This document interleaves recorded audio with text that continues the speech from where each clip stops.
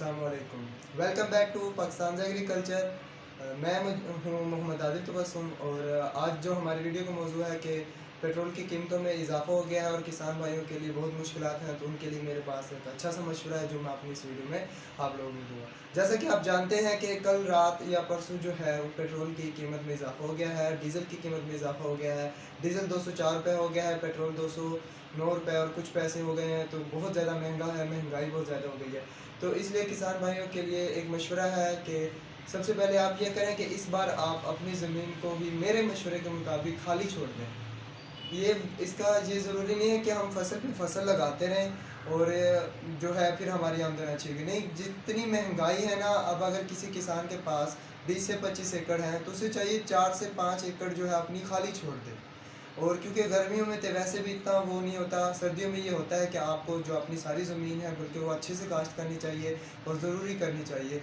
गर्मियों में अगर आप 1-2 एकड़ छोड़ भी देंगे तो आपको फ़ायदा ही होगा, क्योंकि जितनी महंगाई है उसके हिसाब से मेरे ख़्याल में अगर आप छोड़ देंगे तो अच्छा होगा, क्योंकि जितने हम अखराजात कर देते हैं उतनी हमारी आमदन नहीं होती।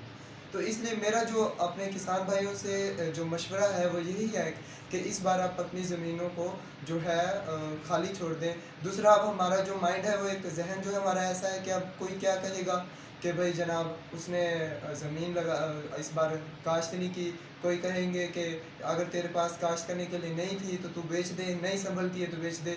आपने लोगों को क्या करना, लोगों ने आखिर में यही कहना होता है, इन्ना लिल्लाहि व इन्ना इलैहि राजिऊन। हम हमेशा ये सोचते रहते हैं कि लोग क्या कहेंगे। तो ऐसा नहीं सोचें, बल्कि आप अपने बारे में देखें, अपने कंडीशन के बारे में देखें, फ़ायदे के बारे में देखें, अपने ज़हन से थोड़ी देर सोचें बैठ के कि आपने क्या करना चाहिए। तो फिर आपका जो पॉइंट होगा वो ठीक होगा। और दूसरी बात, जब आप अपनी ज़मीन को खाली छोड़ते हैं तो इस बार जब आप छोड़ेंगे तो उसमें जो जितनी भी जड़ी बूटियाँ होंगी वो उग जाएँगी, क्योंकि बारिशें आएँगी तो वो ज़मीन खाली पड़ी रहेगी, उनमें जड़ी बूटियाँ हो जाएँगी। जब आप सर्दियों में कोई फसल काश्त करने लगोगे, तो जब आप टिलेज का काम करेंगे, जब आप हल चलाएँगे, तो वो जितना भी जो जड़ी बूटियाँ होंगी वो ज़मीन के अंदर मिक्स हो जाएँगी। इस तरह जो ज़मीन की जो फर्टिलिटी है वो इंक्रीज़ हो जाएगी। उसके बाद आप अपने जो कुदरती खाद है, गोबर वगैरह फैला दें अभी इस टाइम, और उस ज़मीन को खाली छोड़ दें। और दूसरी बात ये कि चूँकि ऐसे इलाके जिनमें नहरी पानी नहीं है, अब वो चूँकि ट्यूबवेल का इस्तेमाल करते हैं, तो चूँकि उन्हीं के जो ज़मीन का पानी है वो मीठा है और वो ट्यूबवेल का इस्तेमाल करते हैं, तो अब वो चूँकि जनरेटर चलाते हैं या ट्रैक्टर चलाते हैं ट्यूबवेल्स को चलाने के लिए, तो ये भी एक, चूँकि अब मैंने आपको बताया कि डीज़ल की कीमत बहुत ज़्यादा हो गई है, तो अब आप इस चीज़ को हटाने के लिए आप सोलर सिस्टम का इस्तेमाल करें। आजकल हमारे मुल्क में बहुत से जो बड़े-बड़े ज़रई फार्म हैं या जो बड़ी-बड़ी जगहें हैं, इंडस्ट्रीज़ हैं, हाता कि वो इसी पे बिजली को भी कम कर रही हैं, वो सोलर सिस्टम पे आ गई हैं। आप भी अपने ये जो सारे ऑपरेशंस हैं इसी तरह कर सकते हैं। हत्ता कि स्प्रे भी जो है वो आजकल इसी तरह ड्रोन कैमरे आ गए हैं, तो वो भी सोलर एनर्जी पे हो रहे हैं। हत्ता कि इतनी टेक्नोलॉजी आ गई है कि लोग मोटरसाइकिल्स भी जो है सोलर सिस्टम पे कर ली हैं, बैटरीज़ पे कर ली हैं। पेट्रोल को ख़त्म कर दिया गया है, ऐसी बैटरीज़ हैं जो बिजली पे चार्ज करते हैं और मोटरसाइकिल चलाते हैं।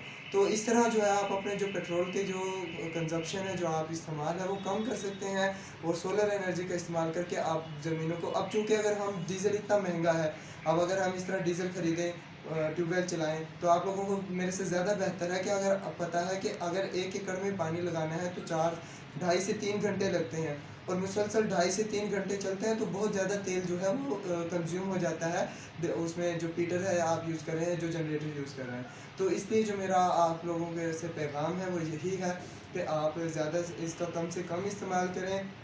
और दूसरा, ख़ास तौर पे अब ये कपास का सीज़न है, तो कपास में जो जड़ी बूटियाँ, जिस तरह हम ड्रिल की काश्त है या प्लांटर की काश्त है तो उसमें जड़ी बूटियाँ हो जाती हैं, उनके ख़ात्मे के लिए भी हम रेजर्स का इस्तेमाल करते हैं, तो उसको भी कम करें। एक तो जब हम रेजर का इस्तेमाल करते हैं तो वो जो दरमियान में पटड़ियाँ होती हैं खाली, उनमें तो वो फिर जाता है और जड़ी बूटियाँ ख़त्म हो जाती हैं, लेकिन मिट्टी जो है वहाँ से उठ के पौधों के किनारों के साथ लग जाती है और जो पौधों के दरमियान में जो जड़ी बूटियाँ होती हैं वो कभी भी नहीं निकलती।